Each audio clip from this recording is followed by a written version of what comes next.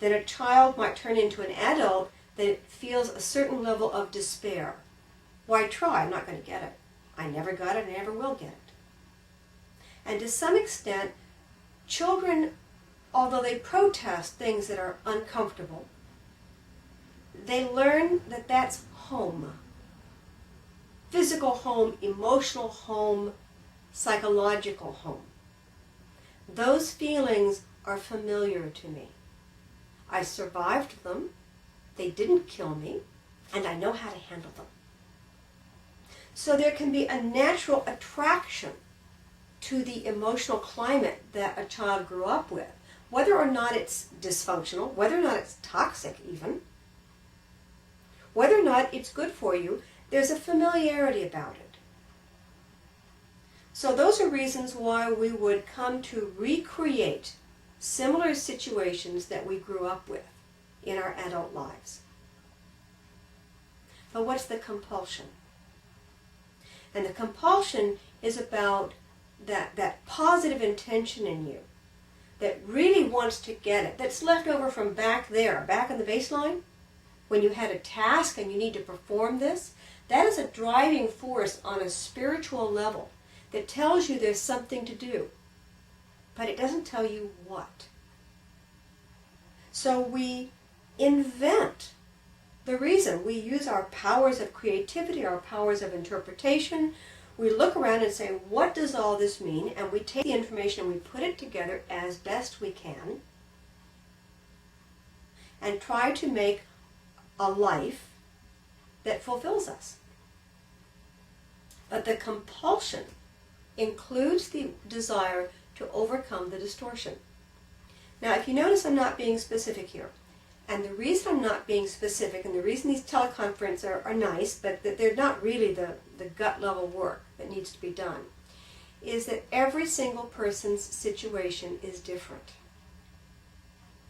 So I can't give specific examples at length because your situation and mine and his and hers and theirs are all different.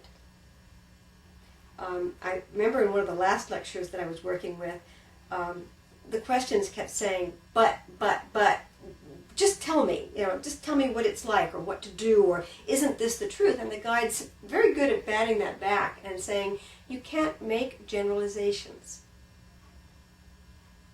Again, I want to draw the distinction there, that in the spirit perspective, in the spiritual perspective, there is no answer.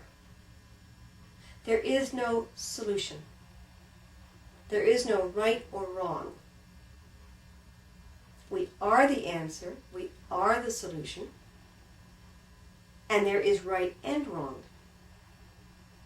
But again, if what we're doing is bringing out a manifestation, like a seed we carry within us, and we're trying to find good earth to plant that seed in so it can flower into, then difficulties in our lives actually offer us our best opportunity to address that distortion. So let me go back and be a bit more specific in terms of the lecture. So the parents have given you genetic material. They've given you a family culture, a village culture, a nation culture, a time reference, what century you're born in, what portion of the segment you're born in, what generation are you, Generation X, baby boomer, etc. All that comes naturally to you from the time that you arrived here. And you received influences from your parents and feedback from your parents on who you were before you were completely able to hold those subjective opinions. And all opinions are subjective. Some are based on a lot of objective criteria, but ultimately we pick and choose what we listen to. So you took the feedback that you got from your parents about who you were, and you took it in during a time period where you didn't have a lot of structure in your life independent of your family, so that you could create a context for this. So, for instance, if your parents were saying, oh, what a pretty baby, well, pretty's quite relative. You be ordinary looking, and if somebody loves you, you're gorgeous. You can be ugly, and if somebody loves you, you're gorgeous. Okay? Now you may accept that and think that you're very, very attractive and go out in the world saying, I'm attractive. And if the energy in that is clean, then you may get responses from other people that say, yeah, you are.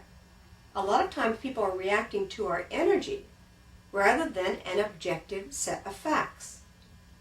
However, when you go into the modeling agency or the acting auditions and you ask for a job, at that point you may come up against societal standards for attractiveness that you don't meet. Now, every once in a while you find a person who's a game changer. They come in and they get the part or become famous, and suddenly we say, we'll include that in our version of attractive. We'll widen our sense of what is attractive to include that person. But for a lot of us, the experience is not good enough. I don't care what your mom told you, you don't sing that well. You don't look that good. You're not what we're looking for. You're not our idea of attractive. So what I'm building here is whatever influences your parents give you. Then there's a secondary wave where society gives you feedback also, which may agree with what your parents told you or disagree. And as you walk through all these swinging doors and go down this, I think of it like a pachinko machine, where what happens with a pachinko machine is it's not like pinball. You've got 50 balls that are dumped on you, and all the levers are going, and you're wildly trying to control all these balls to get the best score. But it's impossible. There's too many balls. That's what life can feel like sometimes.